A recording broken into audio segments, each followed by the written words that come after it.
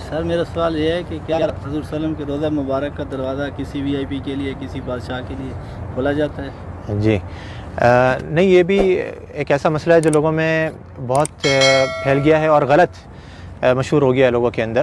لوگ یہ سمجھتے ہیں کہ فلاں بادشاہ وغیرہ آتے ہیں اور وہ نبی صلی اللہ علیہ وسلم کی قبر کی زیارت کے لیے جاتے ہیں۔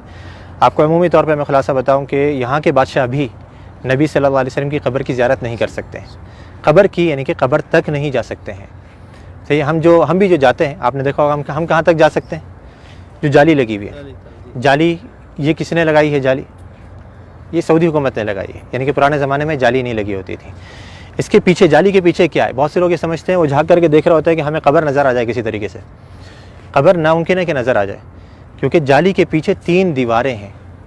ایک تو آپ جانتے ہیں کہ گھر کی دیوار تھی، آپ صلی اللہ علیہ وسلم کہاں پہ مدفون کیے گئے؟ گھر کے اندر مدفون کیے گئے تھے۔ حدیث آتی ہے نبی صلی اللہ علیہ وسلم کی کہ نبیوں کا انتقال جہاں پر ہو جاتا ہے وہیں پر ہی دفن کر دیا جاتا ہے۔ تو صحابہ کرام میں بہت بڑا اختلاف ہوا تھا جب آپ صلی اللہ علیہ وسلم کا انتقال ہوا کہ کہاں پہ دفن کرنا ہے۔ انصار نے کہا کہ انصار کے علاقے میں، مہاجروں نے کہا کہ ہمارے علاقوں میں، ہر کسی نے اچھی سے اچھی تجویز دینے کی کوشش کری اور چاہا کہ ہمارے علاقوں میں ہو، قریب تھا کہ تلواریں نکل جائیں۔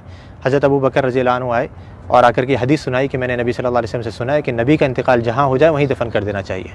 تو صحابہ کرام یہ تھے کہ جو ابھی جنگ چھڑنے والی تھی فوراً تلواریں اپنے بند کر دی گئیں، اور ساری ہمارے درمیان میں بھی یہی ہونا چاہیے کہ جب حدیث آ جائے تو ہمارے درمیان کسی بھی قسم کے اختلاف ہو وہ فوراً ختم ہو جائے۔ تو آپ صلی اللہ علیہ وسلم کو دفن کیا گیا کہاں پر؟ دیکھا گیا کہ آپ کا انتقال ہوا ہے حضرت عائشہ کے گھر کے اندر۔ آپ صلی اللہ علیہ وسلم حضرت عائشہ کی گود میں سر رکھے ہوئے تھے، آپ بیماری کی حالت میں تھے، بہت زیادہ بخار کی تپش میں تھے، تو آپ صلی اللہ علیہ وسلم کو وہیں پر ہی مدفون کر دیا گیا جس جگہ پہ آپ کا انتقال ہوا۔ تو وہ جگہ کون سی تھی؟ گھر۔ اب گھر کی ظاہری بات ہے 4 دیواری تھی، 4 دیواری کے باہر کچھ عرصے کے بعد پرانے زمانے میں ہی ایک اور دیوار بنائی گئی جس کے 6 کونے تھے، 6 کونے، یعنی کہ عام طور پہ 4 کونے ہوتے ہیں نا گھر کی دیوار کے، اس کے 6 کونے بنائے گئے تھے۔ یہ 6 کونے کیوں بنائے گئے تھے؟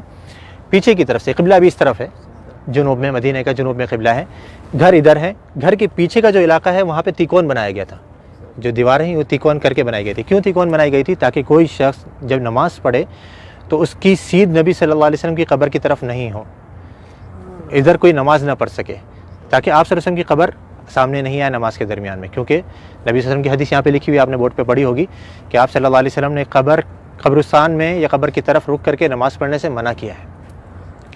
تو وہاں پہ یہ دوسری دیوار بنائی گئی۔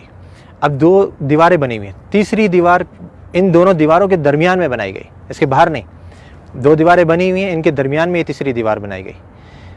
تو اس دیوار کے اوپر یہ گنبد کھڑا ہوا ہے، اس دیوار یا اس کے ساتھ میں کچھ چھوٹے موٹے ستون سے ہیں، ان کے اوپر یہ گنبد کھڑا ہوا ہے۔ یعنی جس سے میں نے ابھی تھوڑی دیر پہلے ذکر کرا تھا کہ جو اندر گھر کی دیوار ہے وہ تو کچی ہے، اس کے اوپر گنبد نہیں بنایا جا سکتا ہے، تو گھر کے باہر کی دیوار پر یہ گنبد کھڑا کیا گیا۔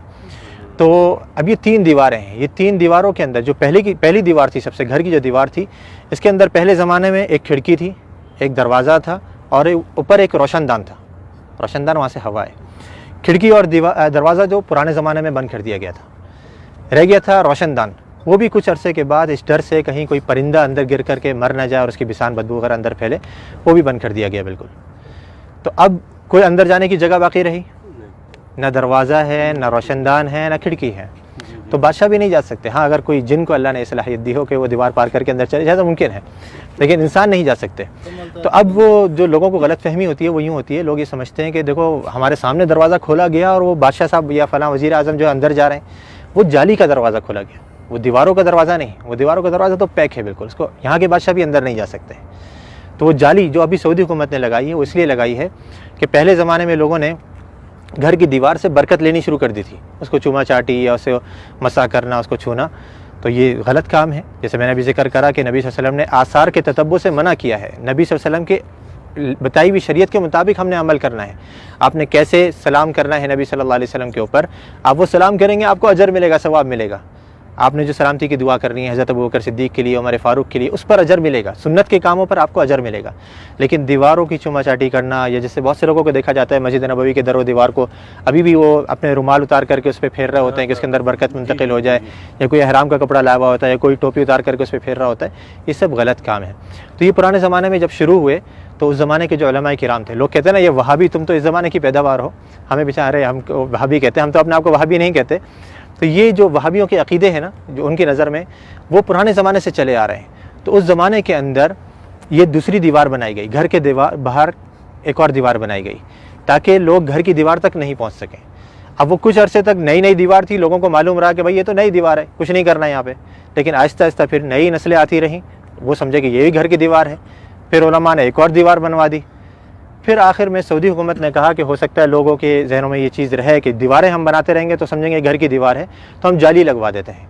انہوں نے جالی لگوائی، لیکن لوگوں نے پھر بھی نہیں چھوڑا، وہ جالی کو بھی چوما چاٹی کے لیے پھر آخرکار مجبوراً سعودی حکومت کو وہاں پہ پولیس والوں کو کھڑا کرنا پڑا یا حیا والوں کو کھڑا کرنا پڑا تاکہ وہ لوگوں کو سمجھائیں اور آرام سے بتائیں کہ بھئی یہ چیز غلط ہے، مسح جو ہے وہ آپ نے حجر اسود کا کرنا ہے، اس کو چومنا ہے، اس کو آپ نے مسح کر سکتے ہیں، یا اس سے پہلے والا جو رکن یمانی ہے اس کو آپ چھو سکتے ہیں، ہاتھ لگا سکتے ہیں۔ یہ گھر کی دیواروں کو یا نبی صلی اللہ علیہ وسلم کے روضے کو ہم نے ہاتھ نہیں لگانا ہے، بلکہ یہاں پر آ کر کے ہم نے آپ کے لیے ادب سے سلام پیش کرنا ہے، سلامتی کی دعا کرنی ہے، تو وہاں پہ کوئی نہیں جا سکتا۔